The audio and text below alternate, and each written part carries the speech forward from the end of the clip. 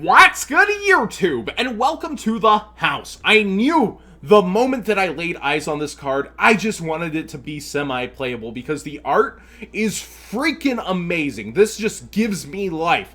And then I wanted it to just be playable in a DBC on stream, or actually something I could use, and heck yes, did it deliver. But there's one huge part that just takes away a little bit of that soul.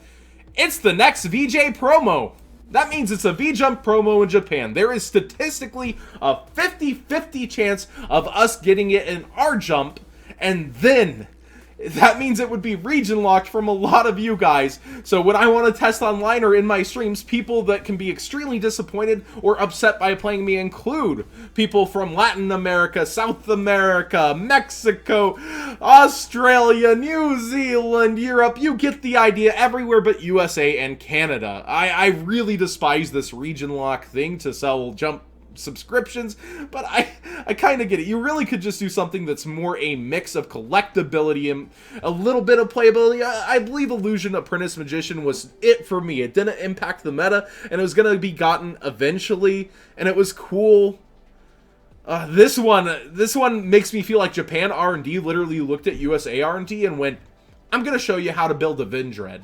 That's literally what this card feels like to me. So let's go ahead and get into it. This is a Dark Zombie Tuner Effect Monster, level 2, 800/0. And by its name, I really wish it was kind of a ninja, not a shinobi, because that's basically the same thing. And it would have been nice to see them get something like a tuner monster rather than just another flip effect monster. But past that, it's like a cheesy movie, right? A ninja zombie time. Like, that's a B- movie by far. But you can only use this card's name's first and second effects once per turn each. Now, I'm very excited about this because the first effect, while a little bit more, becomes a proper extender later on. The second effect is an extender effect that makes me very happy. First effect, if a monster other than this card is special summoned from your graveyard while this is already face up, you can draw one card, then discard one card. It fixes your hands out, but it also relies on setup having already happened. So unless you have an insane hand of like Brilliant Fusion, Unizombie, you're going to have that Seraph Knight on board, you're going to start setting up your resources, then yeah, cool. You could like actually use Unizombie's Send effect to level up Seraph Knight, use this as the tuner, and then he's level 4 once you bring something back. It's all Gucci, but that's a pretty insane start to have had to normal summon it. So that's where the second effect comes in. If this card's banished from the graveyard, either to activate a card effect or buy a card effect, you can special summon this card but banish it if it leaves the field. So each of these are hard ones per turns, but if we're looking at it in a good way, like Unizombie can send this, you end up reviving it, and then you revive another card later in the turn because you're playing zombies. Ooh, you're starting to get into some good territory here, where you're able to actually even out your hands without having to Saryuja yet, because let's face it, zombies are probably one of the decks that push out those resources. But you're also looking at what Vendreads I feel should have been. It doesn't cost anything to revive, where they have to pitch a card, which in zombies is okay. Sometimes you want it in the graveyard, but not all the times. But this card does it for free equity. It just has to be banished to activate an effect. Then you get to special summon it. It gives itself the advantage, where Vendreads were heavily missing that. All their cards just minus, and had trouble getting to the plus factor, whereas this card, if it was named a Vendread, looks like a great prospect and has a tuner body attached to it. So let's go ahead and just look. Like Vendread Origin actually works directly with this card too. It can be used to summon any Vendread ritual monster from your hand or graveyard, so it also gives that requirement to meet the effect of summoning from graveyard, so that it can get its further extender effect. But it also could banish it from the graveyard. In order, you must also tribute monsters from your hand or field, and or banish zombie monsters from your graveyard whose total levels equal or exceed. So you can actually banish it to get it going, or you can end up bringing back from graveyard while it's already out in order to further extend it. It's just a really cool tool.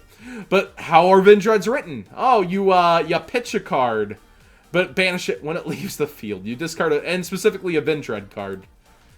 Man, if Vendreads had all started out in some similar fashion to this, you could have built a deck around it so fast and so much better. And I almost feel like this is a push. Like maybe Konami Japan's looking at Vendreads like, one card's not going to fix this mess.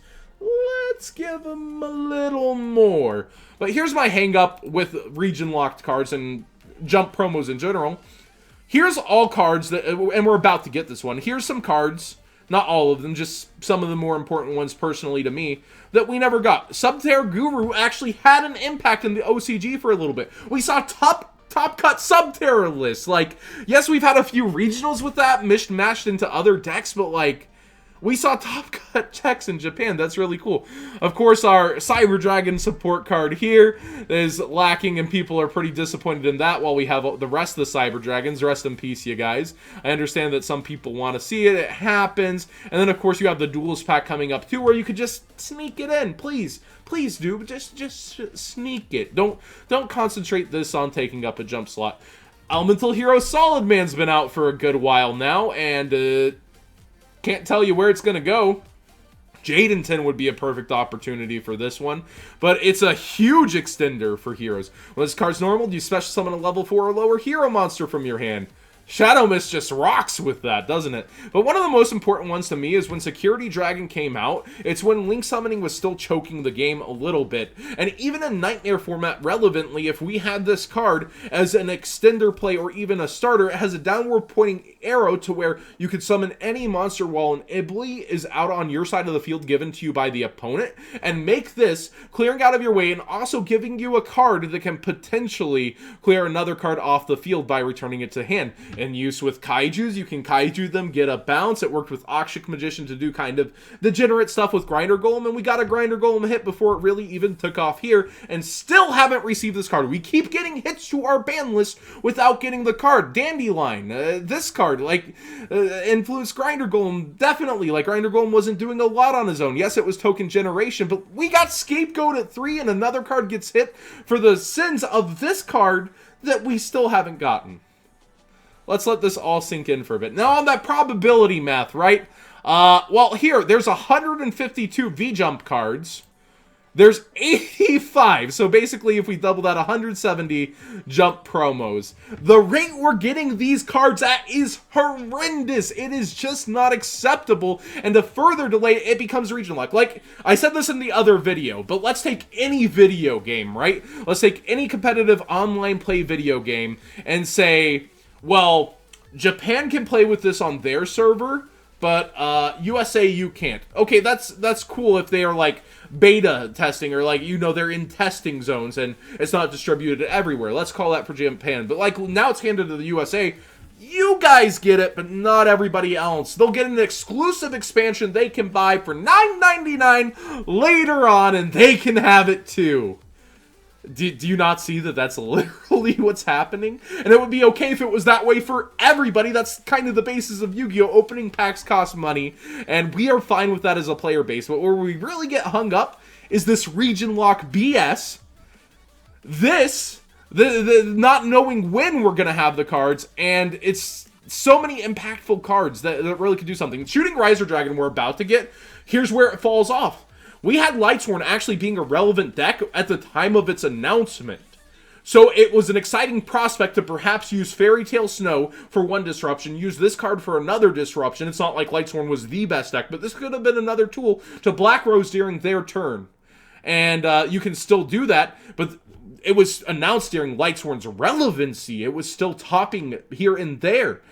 And it could have been an exciting tool that people even argued about not using. Personally, I really wanted to try this out at events, and I was super excited for it. But we're about to get it region locked first off, and I feel like the Europe region has the most like explosive Lightsworn love because we see it top so many of their events. Minerva Sworn.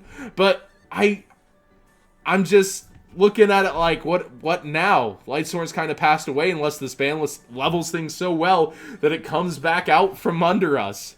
You're gonna hit Pendulums, Trickstar, Goki, and a plethora of other decks, plethora, however you say it, just all the other decks to where Lightsworn shines again, and what are we back to? Lightsworn BA? Like, fighting each other? But this could have had its time and a huge impact, and now it just feels like it's gonna be a tool somewhere else, and that's fine.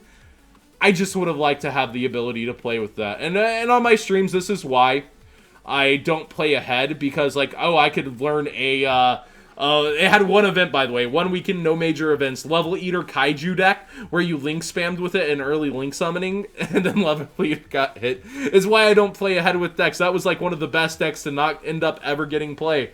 And that's fine, Level Eater needed to be hit. But this is simply why I don't play ahead with things like this to test them out. Like, you may never get a chance. Huh, Solid Man? Huh, Patchwork? Huh, all of these cards. So here's my solution. I'm not going to complain and just give a long rant without a solution. You need a World Superstars too. You need more import sets. We have choked our imports out already. We're down to 8 OCG imports per set instead of 10, where we're now getting 12 TCG. We're just diverging our game even a little bit more. Now we're making full packs for the OCG, where they have cards we don't get until they're imported in main sets. So I'd highly like to see, because the number of cards keep increasing at a staggering rate, something like a World Superstars 2 that really catches us up and gives us amazing cards. Stick Chair did impact the meta. I'd like to see a set like this that really does help us out. But what's your guys' answer to this? And am I overly carrying on this? I see a lot of guys that say it. I'd like YouTubers to unite on this topic and fight back on it, but there's only so much we can do. You need to let your voice be heard too. Say that you want these cards. Say you'd like to see another product like this and that you'd buy it, because certainly I'd love to see everybody's wallet save just a little bit and see sets like this come into play that are awesome. This was an awesome set to me. And maybe it was to you, maybe it wasn't, but it definitely did have an impact on the game to an extent as well. And that's where a lot of these could just be imported and have their day. But if you enjoyed the conversation, give it a thumbs up, subscribe if you haven't already, and let me know what you think. I'm really happy to see this card. I'm just not happy to see what it is. Right here, V-Jump 153. That does not bring joy to my heart. It's not What's Bad YouTube worthy. It's not a whole set that can impact the meta, but it's a really cool card that I want to build the deck around, and I'm just not going to till I can physically play it and see what metagame it actually aligns with.